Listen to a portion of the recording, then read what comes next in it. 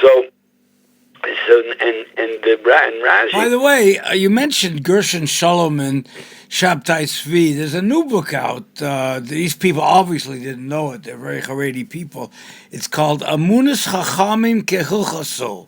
Oh, they also with that idea. With that idea, exactly the same idea. Oh, you heard about it. You told me about it. I didn't hear about it from anybody else. But it's in the it bookstores sounds like now. These people are bringing back Shabtai Tzvi's ideas. Yep. So we hope that it'll be over bottom in Olam Bekarov, and I don't think anybody listened to it or was influenced. Maybe that small group over there. But they were mechalkel. They physically made kilkulim, as we know. And it was necessary to make a big gathering to protest against it. But we won't go into that now. So I remember seeing once in these, which I can't find it now, that he says, and that's the pshat, Reisha Sachorai, it's Yadua what the Gemara says, and Rashi brings it, Achora is Kesher Shel Tefillin, you'll see the Kesher in the back, Ufanelo Yero, because it's Yadua. What does it say in the Tefillin of Hashem? Umikamcha Yisrael Goy Echad Ba'aretz. Says the back of that film you can see, but to see b'shas ma'aseh when the averas are being done, that then also it's the kamikam reishua, that's bonai, that's lo yero. Now, I was thinking that we see the biggest rishoim of Klal Yisrael were the leaders of the Zionists. I don't know biggest, but one of the biggest. Mamish, the rishis, the Zionism means let's erase Yiddishkeit from the world and make Klal Yisrael into a Am Kechol Amim, an ethnic group, and that's all. Let's make that, and we'll do it in our country, and we'll have a state. But you see, b'mitzias, let's look at it from another side, a different angle. That there's Yidden living in Eretz Yisrael nowadays. There are Yiddish cities, Yiddish neighborhoods. There are thousands of Yidden, maybe 100,000 or more Haredi Yidden that are, and Haredi Lumi people that are medactic v'kalaka b'chamura, keeping Torah alive and it's vibrant in our communities, and I would think maybe more than it ever was. It could be.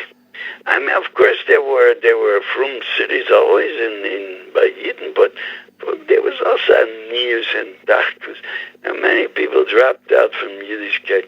And in the list, definitely, I would say that the Hamonam of Frum in the Frum world is better than the Hamonam in the generation before the Holocaust. I think so. I mean, things were getting to it right before the Holocaust. Things were getting worse and worse and worse. And I heard this from Rabbi Victor Miller also. And now the Frum community has become, in the last 60 years in Eretz Yisrael, has become stronger and stronger and stronger. The only thing is, now, what is it? How should we understand? How should we understand this? If we want to understand it, I don't know if you're mechayev to understand it. We could just go on with what we're doing. But if you want to understand it, how should we understand it? Because I would say this is the quote Shemaim, that the achorai this is. Once there's a Medina Yisrael, and once there's an organized state over here, and you could live here. In the time of the Turks, you couldn't live in Eretz Yisrael. It was impossible. It was terrible, the matzav over here. People died from hunger. Rabbi Caplan, this was only during World War I, I believe. So people were dying. Okay, but look, they took, do you know that I think it was Reb Shabtai Levich's grandfather. They took him away. The Turks took him away to draft him to Turkish army. They took him to Syria, and he died in Damascus. You know that? I I read the book, Mail Shel Shmuel. it's Mel called. Shmuel, yeah, and they tortured him on the way. Reb Shabshilevich's grandfather, yeah, right. And his mother says, okay, it's a whole long story. So, I'm saying it was terrible in the time of the Turks, and now it's easier life over here. It's definitely, there's definitely a reason to it, and definitely a plan, and definitely hashgacha pratis. And maybe this is the quote Shemaim that's coming out from, this is the way the Rishonim, that they tried to erase Yiddishkeit. Not only they weren't successful, only from what they did, they Eretz Yisrael has a tremendous quote Shemaim comes out of Eretz Yisrael.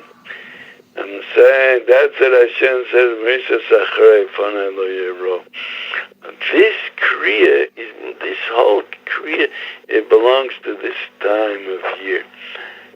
Now, the last Aliyah of the Shabbos Chol Hamoed is the Yomim Tovim.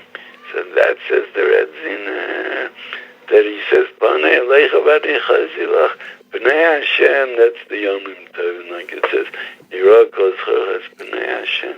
Hashem says, I'll give you a certain time when you can take a look at me directly.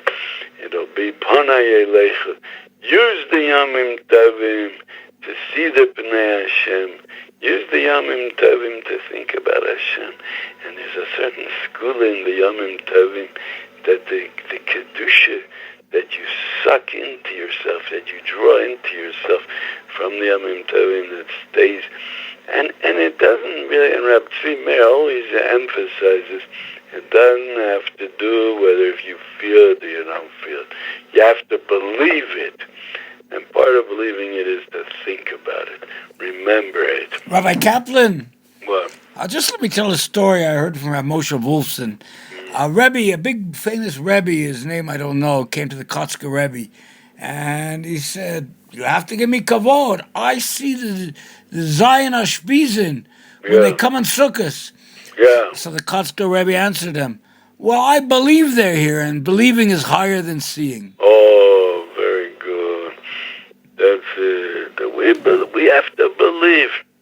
And I would add that even though we believe, but we can't just go on, how do you call that, automatic pilot. We have to think, we have to remind ourselves, we have to tell ourselves that there's Kedushin, we have one more day left, and soon we're going into Shvi Shal Pesach.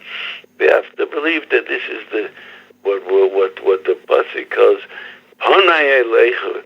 This is the way we can draw Kedusha and see Hashem and become close to Hashem. And I wanted to add that to me, this piece of this radziner says it in Shabbos Chol Hamoed, and it's like 4 or 5 pieces where he goes over and over each time, adding a little more. First of all, I want to say 2 hours. One thing is, you see that these great people, you see it in the Sfasemus also, they had certain chazals that they talked about when these times came. But and every year they talked on the same chazal, but they didn't, and they even said the same ideas, but they always added something. They always understood it deeper, saw it deeper. Why didn't they say new things? They were geniuses. They were brilliant people. They could say every year a new thing, bring new chazal, new chidushim. They weren't looking for chidushim. They're looking for ways of living the Yom Tov. And these ideas is what they lived with. These ideas. This is how they lived the Yom Tov. This is how they felt the kedusha of the Yom Tov. Each tzaddik with his nusach. So every year they said it over again. But every year deeper and deeper and adding on to it. And this is in a few pieces in the radziner, he says this. That's one thing I wanted to say.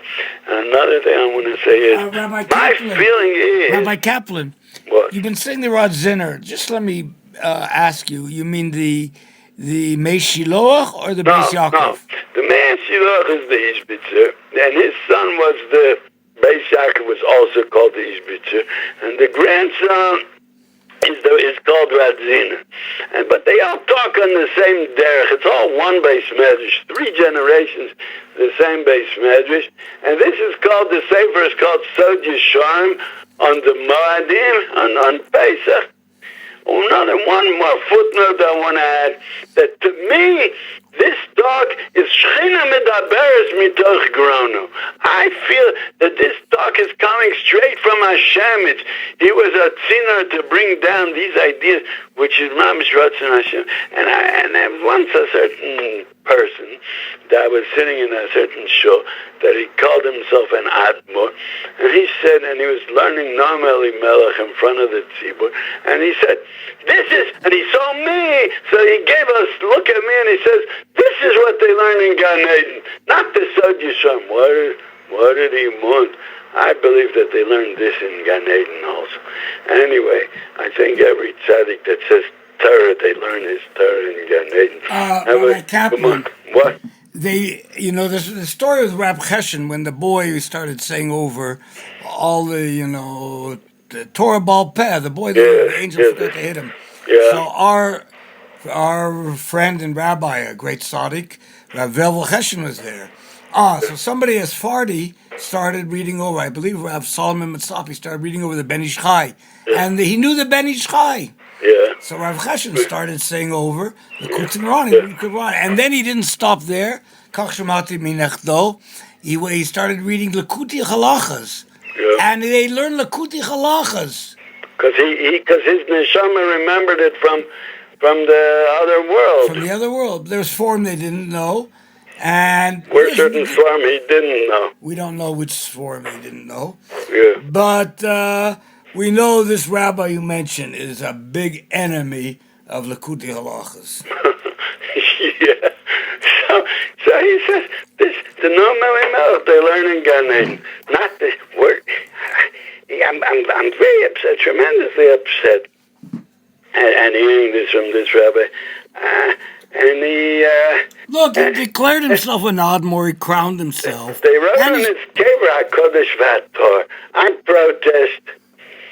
Okay, we shouldn't hear from these things, and Shem should help us. We should be zocher, that we should be bemis mikabel the kedusha of the Yontif, and should be panay leichu, and we should be zocher to emes ekirvas Hashem. Amen v'amen. Good Yom Tov, Rabbi Caplan. Good Yom Tov.